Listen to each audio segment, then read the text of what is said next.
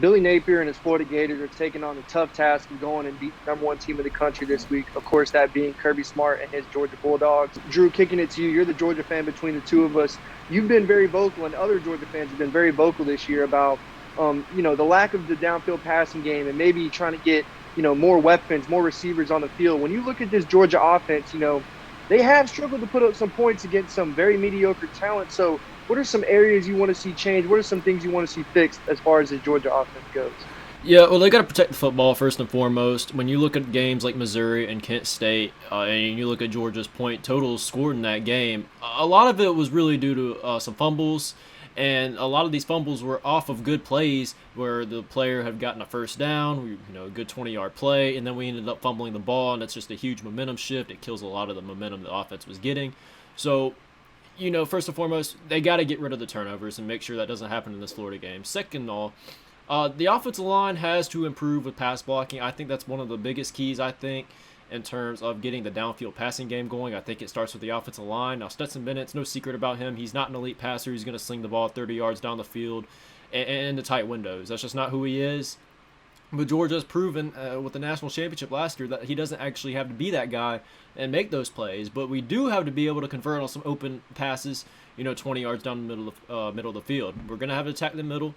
And, you know, Georgia's offense, people have been questioning it all year, including me. But at the end of the day, the point of an offense is to get yards and score touchdowns. And Georgia's done both of those.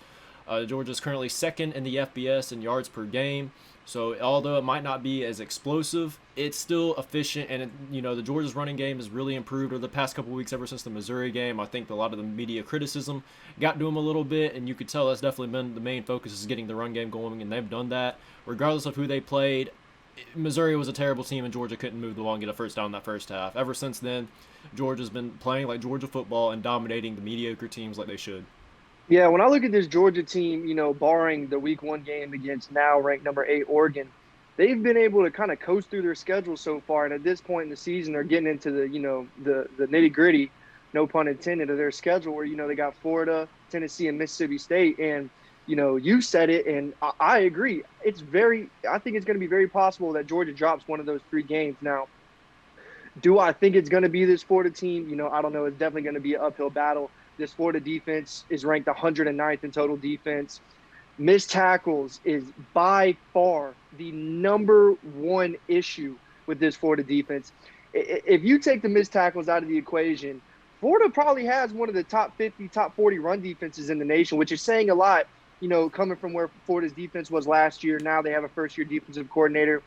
People wrote this defense off before the season started. And, in my opinion, I do think the defense has taken a giant leap forward, but they still have a lot of areas to improve. Another area that the Florida defense needs to improve on is the pass rush. They run a lot of man coverage, which I do expect them to run against Georgia because, Georgia's they run the ball a lot, and they don't have anybody that's going to kill you with speed or route running on the perimeter. Now, whenever you're talking about man-to-man coverage, you're going to have matchup issues with Brock Bowers, Darnell Washington, tight ends on linebackers and safeties. That's always going to be an issue on man coverage.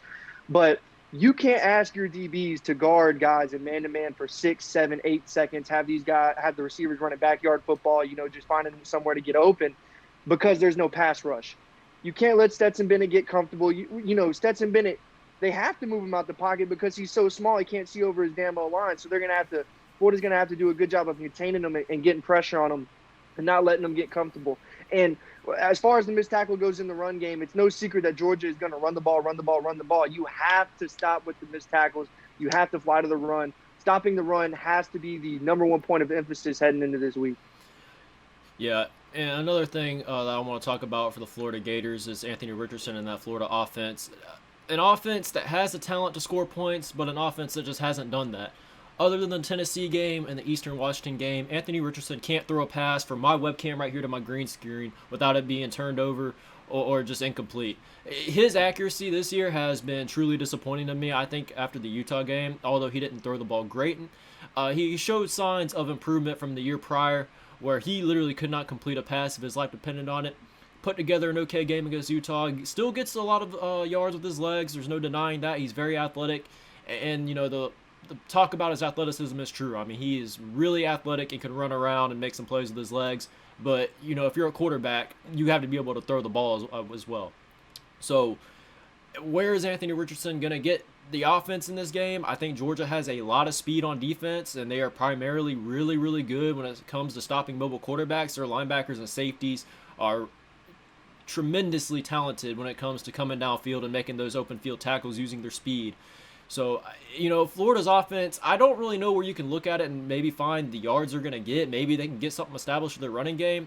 If Georgia stops his running game and Anthony Richardson is forced to pass, he's going to turn the ball over. If you saw the game last year when Georgia played Florida, it was a relatively competitive game until those last 2 minutes where Anthony Richardson was forced to throw the ball, and he turned the ball over, I think, 3 times, if not 4, in those final 2 minutes, and that's where Georgia eventually took the 24-0 lead heading into halftime. I want to say one of those interceptions that Anthony Richardson throws was a pick six. Regardless, he turned the ball over a lot. And if he does that again in this game, if he decides he wants to turn the ball over and can't complete a pass, Georgia will win this game by as much as they want to. So with that being said, kind of getting into our prediction here, Georgia's favored by 22 points. It started off at 20. And a lot of people are going to be saying, talking about the offense, how they haven't played anybody, which whatever, you might have a point, you might not. But the point is Florida one of those teams that you could throw in the category of this is a team that Georgia is just going to run all over, walk all over, because Florida's just not a talented team? And I think the answer is yes. I think Florida is still a couple of years away from being a legit contender for not only an SEC title spot, but just being competitive with the upper SEC East, with your Georgia and Tennessees.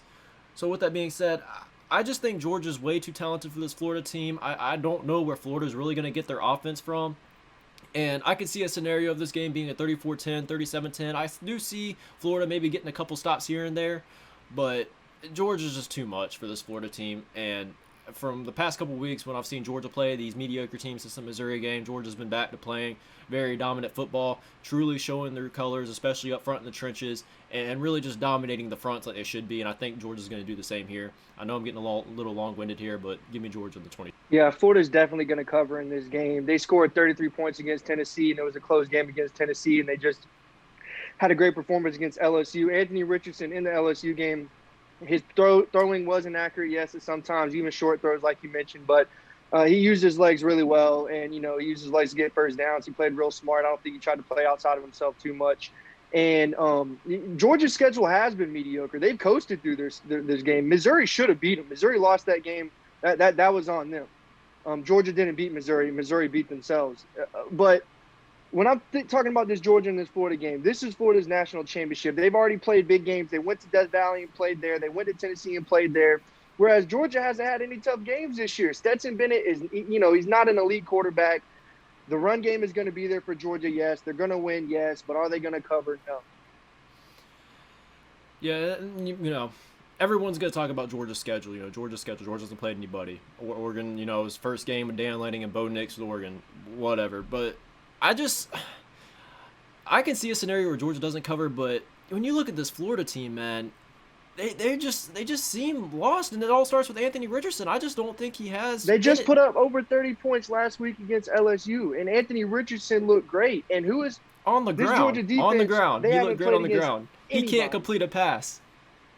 Dude. Other than that Tennessee game in the Eastern Washington, like I said, he can't throw a pass from my damn webcam to the green screen without it getting picked off or just being overthrown 10 yards. But you do have a legitimate point about Florida potentially covering in this game. Dude, 22 points. How the fuck is Georgia going to get 22 points? I mean, I don't see it happening. You don't see a scenario where Georgia could beat this Florida team 34-10. A Florida defense that's ranked 109th in total but defense. Not with Stetson Bennett at the helm and this play calling from this Georgia team. Nah, I don't see it. I see press man getting ran, and I see Georgia's offense getting stuffed and exposed for what it is. I mean, LSU, they went to Death Valley. They went to Rocky Top. Florida they're a seasoned team. They are more seasoned than this Georgia team this year. This Georgia defense lost all 11 starters, if not damn near all of them. The defense is untested, too. The DBs look soft as shit. Now, Georgia fans, they always give me a tough time for saying their corners look terrible, but I'm just going off what I see on film. I see space for Anthony Richardson to get work done. He's going to have to play the best game of his life, and I don't think Florida's going to win, but he's not going to beat him by 22 points. And that is a great point about Georgia's defensive backs. I think that's a position that Georgia and a lot of the media hasn't really put a lot of focus on this year. One, because like you said, they haven't really played a good passing team that's going to be testing them. And two, I've seen Keely Ringo, and Lassiter is the other corner that normally plays, and they have the athleticism. They're always there in position to make these plays, but for some reason they just don't do it. Now, that is a great point that you brought that up, because I do want to talk about that just for a second before we end the video. They're going to have to step up in this game. Florida does have talented receivers, and probably one of the more talented receivers that Georgia has seen this year. So, with that being said, Keely Ringo, I would like to see him get more involved and getting a little more physical. I would like to see him fight off these blocks for these screens, especially when you got this Tennessee team coming up. But more on that, we're not even going to get to that until this week's over. Point is, whatever. Video's over. If you guys enjoyed it, please leave a thumbs up, hit the subscribe and the notification bell. That helps us out tremendously. We got Tennessee, Kentucky. That video is coming up. See, so today is Monday, so this video is probably going to go up tonight, Monday night, and then the Tennessee, Kentucky video will be up tomorrow, Tuesday night, and then we might have another game thrown in there as well. But leave down below in the comments what you guys think about this game and who's going to cover, and that's it, guys. We'll see you in the next one.